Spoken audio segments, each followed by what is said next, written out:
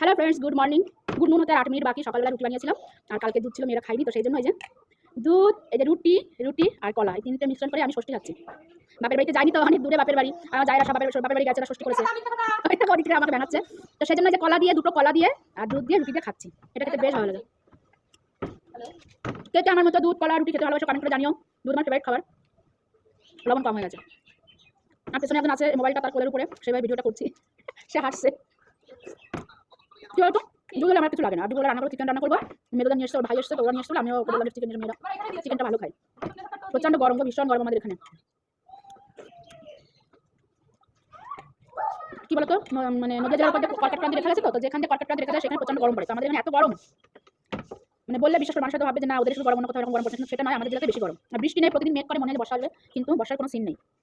এটা হলো ভারতের পশ্চিমবঙ্গের নদীয়া জেলা, এটাই তার প্রমাণ।